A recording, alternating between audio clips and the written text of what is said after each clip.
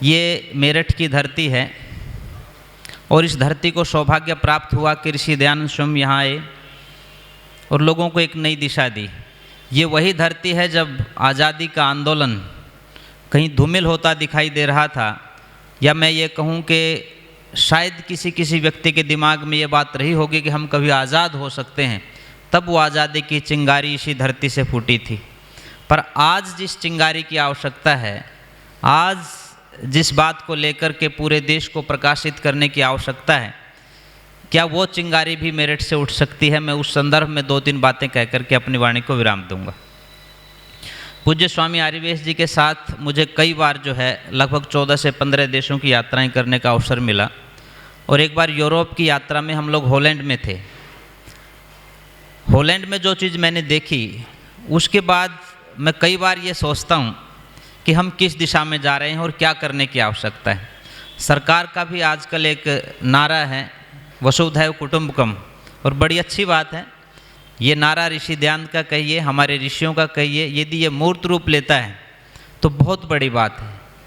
और उसी के साथ साथ हम ये कहते हैं कि हम कभी विश्वगुरु थे, क्या हम आज पुनः विश्वगुरु बनने की स्थिति में हैं? बस इस बात के ऊपर थोड़ा सा चिंतन करने की आज आवश्यकता है। जब हम हॉलैंड में थे तो स्वामी जी ने हमें बताया कि यहाँ पर फूल बहुत ज़्यादा होते हैं और टमाटर की खेती बहुत ज़्यादा होती है। एक एक टमाटर के ऊपर 20-20, 30-30 किलो टमाटर लगता है। तो हम लोग टमाटर का जो फार्म हाउस था उसको देखने के लिए चले गए पूज्य स्वामी जी के साथ। कुछ साथी राजस्थान के भी थे। जो अद्भुत चीज़ वहाँ देखने को मिली वो विशेष थी, जिसके ऊपर मैं आपका ध्यान केंद्रित करवाना चाहता हूँ। जैसे ही हम लोग फार्म हाउस के पास गए तो वो गेट बंद था फार्म हाउस का, लेकिन उसके बाहर जो है कुछ तख्त लगे हुए हैं और उन तख्त के ऊपर 1-1 किलो की थैलियाँ जो है टमाटर की वो रखी हुई हैं बहुत सी, और एक छोटा सा बोर्ड लगा हुआ है 1 kg 1 यूरो, और उसी के साथ में एक छोटा सा गल्ला रखा हुआ है। इधर उधर नज़र मारने पर यह पता चला कि यहाँ कोई व्यक्ति नहीं है, कोई CCTV कैमरा नहीं लगा हुआ है। तो जो हमारे साथ थे उनसे जब ये पूछा गया कि यहाँ आप किन से टमाटर लें, हमारे जो एक साथी थे उन्होंने कहा नहीं, टमाटर खाएंगे, टमाटर लेकर के चलेंगे। जब उनसे पूछा कि अब किससे खरीदें, कोई व्यक्ति नहीं है यहाँ, तो उन्होंने कहा कि किसी व्यक्ति की आवश्यकता नहीं है, आप अपने पैसे जो है इस जो वहाँ गल्ला रखा था उसमें डाल दीजिए, आपको जितना टमाटर चाहिए वो ले लीजिए। तो उनके जेब में 10 यूरो का नोट था, उन्होंने 10 यूरो का नोट निकाला और एक टमाटर की थैली उठा ली। 9 यूरो जो बचते थे उन्होंने 10 यूरो गल्ले में डाल करके 9 यूरो लेकर के चल पड़े वो वापस। और हम लोग गाड़ी में बैठने के बाद जो है इस पर चर्चा करने लगे, यदि यही स्थिति भारत में होती, भारत में भी यदि मेरठ में ये स्थिति होती, मैं आपसे पूछना चाहता हूँ क्या वो टमाटर सुरक्षित मिलते? हो सकता है टमाटर की किसी को आवश्यकता ना हो, किसी को पथरी का रोग हो तो उसको बता रखे कि तुम्हें टमाटर नहीं खाने हैं तो टमाटर बच जाएं। क्या वो तख्त बच सकते थे जो बाहर रखे थे? वो तख्त भी बच जाएं कि शायद कोई मेरे जैसा कमज़ोर हो शारीरिक रूप से और कहे कि तख्त मैं उठा नहीं सकता हूँ, परंतु जो गल्ला रखा है पैसे का उसकी कोई गारंटी नहीं दे सकता कि वो गल्ला सुरक्षित रह सकता है। जिस भारत की तरफ देख करके लोग जो है, जिन ऋषियों की मान्यताओं को देख करके यहाँ से प्रेरणा लेकर के जाते थे, कि यहाँ से चरित्र की प्रेरणा लेते थे, वो लोग सत्य बोलने की प्रेरणा लेते थे, एक दूसरे का मान सम्मान करने की प्रेरणा लेते थे, इन माताओं बहनों के मान सम्मान और स्वाभिमान को सुरक्षित रखने की प्रेरणा लेते थे, आज वो कितना दुभर हो गया है, कितना मुश्किल हो गया है, ये चिंतन करने की आवश्यकता है। अक्सर हम लोग ये कह देते हैं कि नहीं, यूरोपियन कंट्रीज से प्रेरणा लेकर के हमारे सभी बच्चे बिगड़ गए हैं, और मुझे लगता है कि किसी व्यक्ति को अच्छा काम करना है तो भी कोई बहाना चाहिए, और कोई काम नहीं करना है तो भी कोई ना कोई बहाना चाहिए। तो मुझे लगता है कि हम जो प्रयास कर रहे हैं, और ख़ास करके पाश्चात्य संस्कृति से जो ओतप्रोत देश हैं, उनका बहाना लेकर के हम जो है कहीं ना कहीं आलसवश प्रमादवश जो है अपनी वैदिक संस्कृति से पीछे हटते चले गए।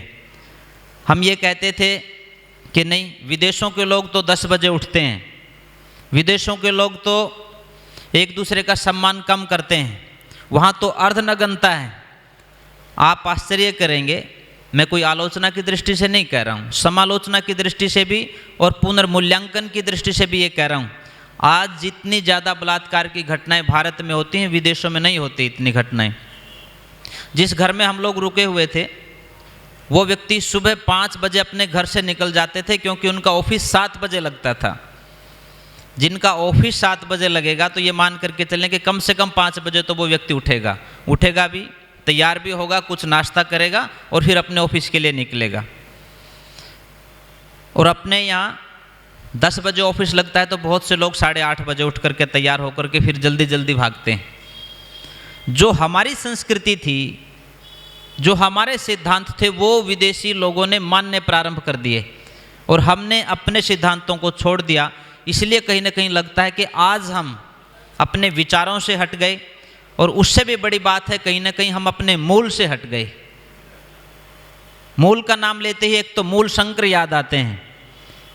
यदि हम उस मूल से जुड़ गए, मूल शंकर से हम लोग जुड़ गए, जिस व्यक्ति ने इस देश के भविष्य को, इस देश के भाग्य को बदलने का काम किया, जिस व्यक्ति ने इस देश की सोई हुई उस संस्कृति को पुनः जागृत करने का प्रयास किया, इन लोगों के सामर्थ्य को जागृत करने का प्रयास किया, इन लोगों की मनोभावनाओं को जागृत करने का प्रयास किया। क्योंकि जब ऋषि आए थे इस सामाजिक क्षेत्र में, भले ही उनकी पहचान एक धार्मिक नेता के रूप में हुई, लेकिन उनका जो पदार्पण हुआ था वो एक सामाजिक आंदोलन के रूप में हुआ था। जब वो देखते हैं कि इन बहनों को वेद मंत्र बोलने का अधिकार नहीं, वेद मंत्र पढ़ने का अधिकार नहीं, वेद मंत्र सुनने का अधिकार नहीं, और यहाँ नारे लगाए जाते थे स्त्री शूद्रो न धियताम, तब उन्होंने कहा था, वेद का प्रमाण देकर के कहा था कि यथे माम वाचम कल्याणी माँ वदानी जनेभ्य, इस वेद के पवित्र मंत्र को बोलने का अधिकार सबको है, चाहे वो नारी है, चाहे किसी अलग कुल में पैदा हुआ व्यक्ति है, सबको वेद मंत्र बोलने का अधिकार है।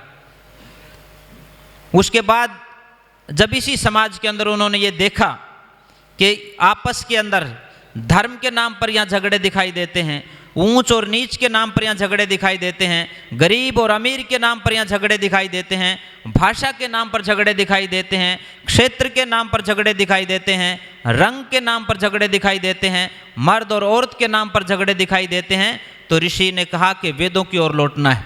और वेद ही एकमात्र जो है ऐसे साधन हैं जिनको अपना करके हम अपने जीवन को सार्थक बना सकते हैं। और पूज्य स्वामी जी कई बार अपने प्रवचन में कहते हैं कि वेद जो है इस सृष्टि का संविधान है। जिस प्रकार से एक गाड़ी खरीदते हैं उसका मैनुअल उसके साथ में आता है, इसी प्रकार वेद है जो इस पूरी सृष्टि को कैसे चलना चाहिए, कैसे चलाना चाहिए, उसमें हमें कैसे रहना चाहिए, किन मान्यताओं और सिद्धांतों को अपनाना चाहिए, वो सारा का सारा वेद के अंदर है। और वेद आज सुरक्षित है तो इस आर्य समाज की वजह से सुरक्षित है।